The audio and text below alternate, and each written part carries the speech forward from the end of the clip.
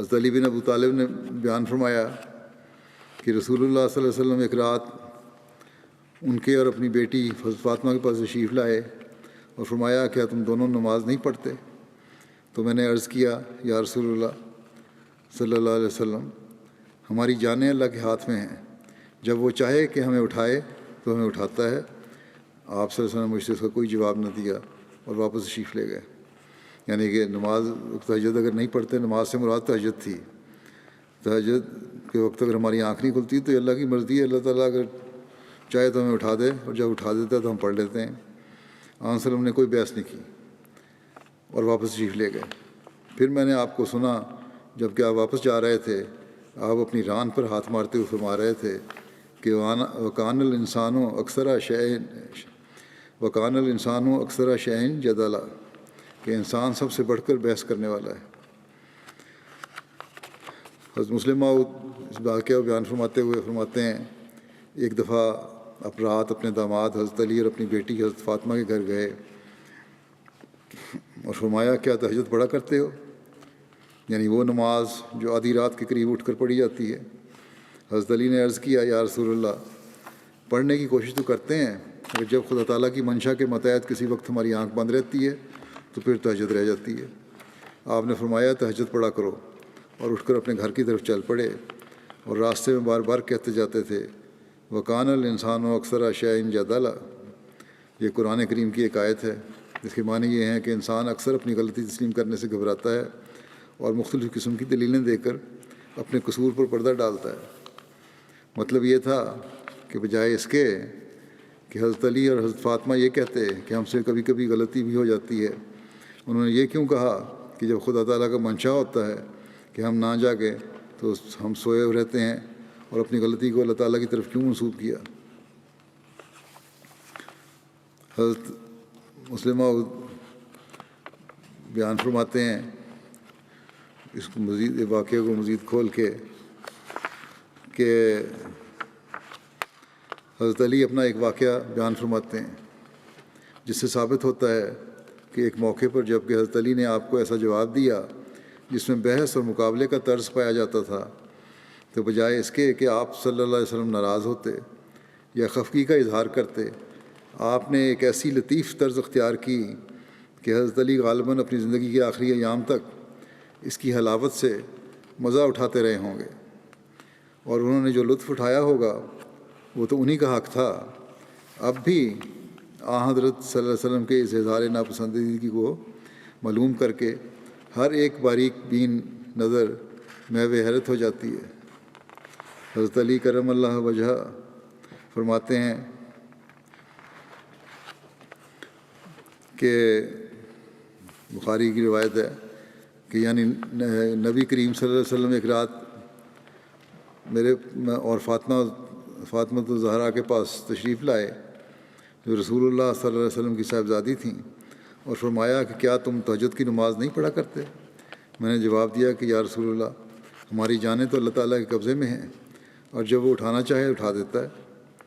آپ اس بات کو سن کر لوٹ گئے اور مجھے کچھ نہیں کہا۔ پھر میں نے آپ سے سنا اور آپ پیٹھ پھیر کر کھڑے ہوئے تھے اور آپ اپنی ران پر ہاتھ مار کر کہہ رہے تھے کہ انسان تو اکثر باتوں میں بحث کرنے لگ پڑتا ہے۔ اللہ اللہ، کس لطیف طرز سے حضرت علی کو آپ نے سمجھایا کہ آپ کو یہ جواب نہیں دینا چاہیے تھا۔ کوئی اور ہوتا تو اول تو بحث شروع کر دیتا کہ میری پوزیشن اور رتبے کو دیکھو، پھر اپنے جواب کو دیکھو، کیا تمہیں یہ حق پہنچتا تھا کہ اس طرح میری بات کو رد کر دو؟ یہ نہیں تو کم سے کم بحث شروع کر دیتا کہ یہ تمہارا دعویٰ غلط ہے کہ انسان مجبور ہے اور اس کے تمام افعال اللہ تعالیٰ کے قبضے میں ہیں، وہ جس طرح چاہے کرواتا ہے، چاہے نماز کی توفیق دے چاہے نہ دے، اور کہتا ہے کہ جبر کا مسئلہ قرآن شریف کے خلاف ہے۔ لیکن آپ نے ان دونوں طریق میں سے کوئی بھی اختیار نہ کیا، اور نہ تو ان پر ناراض ہوئے، نہ بحث کر کے حضرت علی کو ان کے قول کی غلطی پر آگاہ کیا، بلکہ ایک طرف ہو کر ان کے اس جواب پر اس طرح حیرت کا اظہار کر دیا کہ انسان بھی عجیب ہے کہ ہر بات میں کوئی نہ کوئی پہلو اپنے موافق نکال ہی لیتا ہے اور بحث شروع کر دیتا ہے۔ حقیقت میں آپ صلی اللہ علیہ وسلم کو اتنا کہہ دینا ایسے ایسے منافع اپنے اندر رکھتا تھا کہ جس کا عشر عشیر بھی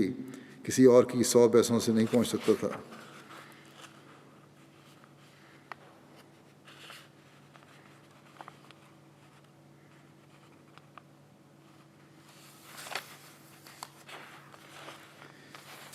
اس حدیث سے ہمیں بہت سی باتیں معلوم ہوتی ہیں جن سے حضرت صلی اللہ علیہ وسلم کے اخلاق کے مختلف پہلوؤں پر روشنی پڑتی ہے، اور اسی جگہ ان کا ذکر کر دینا مناسب معلوم ہوتا ہے۔ بس مسلم محترم فرماتے ہیں کہ اول تو یہ معلوم ہوتا ہے کہ آپ کو دینداری کا کس قدر خیال تھا کہ رات کے وقت پھر کر اپنے قریبیوں کا خیال رکھتے تھے۔ بہت لوگ ہوتے ہیں جو خود تو نیک ہوتے ہیں، لوگوں کو بھی نیکی کی تعلیم دیتے ہیں، لیکن ان کے گھر کا حال خراب ہوتا ہے، اور ان میں یہ مادہ نہیں ہوتا کہ اپنے گھر کے لوگوں کی بھی اصلاح کریں، اور انہی لوگوں کی نسبت مثل مشہور ہے کہ چراغ تلے اندھیرا، یعنی جس طرح چراغ اپنے آس پاس تمام اشیاء کو روشن کر دیتا ہے لیکن خود اس کے نیچے اندھیرا ہوتا ہے، اسی طرح یہ لوگ بھی دوسروں کو تو نصیحت کرتے پھرتے ہیں مگر اپنے گھر کی فکر نہیں کرتے کہ ہماری روشنی سے ہمارے اپنے گھر کے لیے کہ لوگ کیا فائدہ اٹھا رہے ہیں۔ مگر حضرت صلی اللہ علیہ وسلم کو اس بات کا خیال معلوم ہوتا ہے کہ ان کے عزیز بھی اس نور سے منور ہوں جس سے وہ دنیا کو روشن کرنا چاہتے تھے، اور اس کا آپ تعہد بھی کرتے تھے،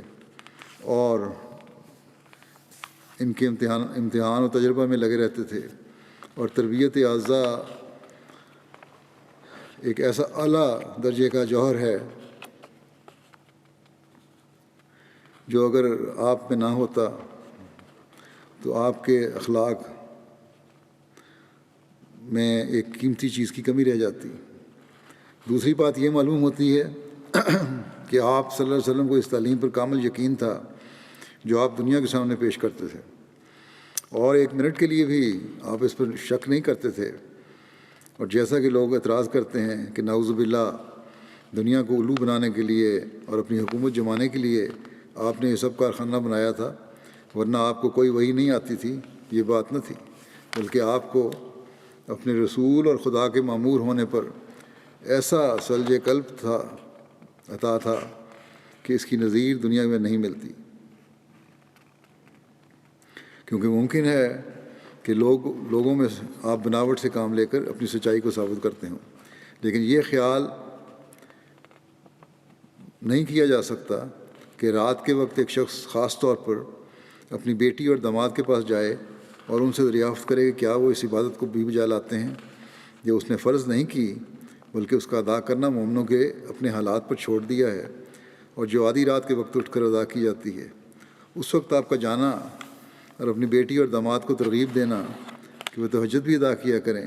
اس کامل یقین پر دلالت کرتا ہے جو آپ کو اس تعلیم پر تھا جس پر آپ لوگوں کو چلانا چاہتے تھے۔ ورنہ ایک مفتری انسان جو جانتا ہو کہ ایک تعلیم پر چلنا ایک سا ہے اور اپنی اولاد کو ایسے پوشیدہ وقت میں اس تعلیم پر عمل کرنے کی نصیحت نہیں کر سکتا۔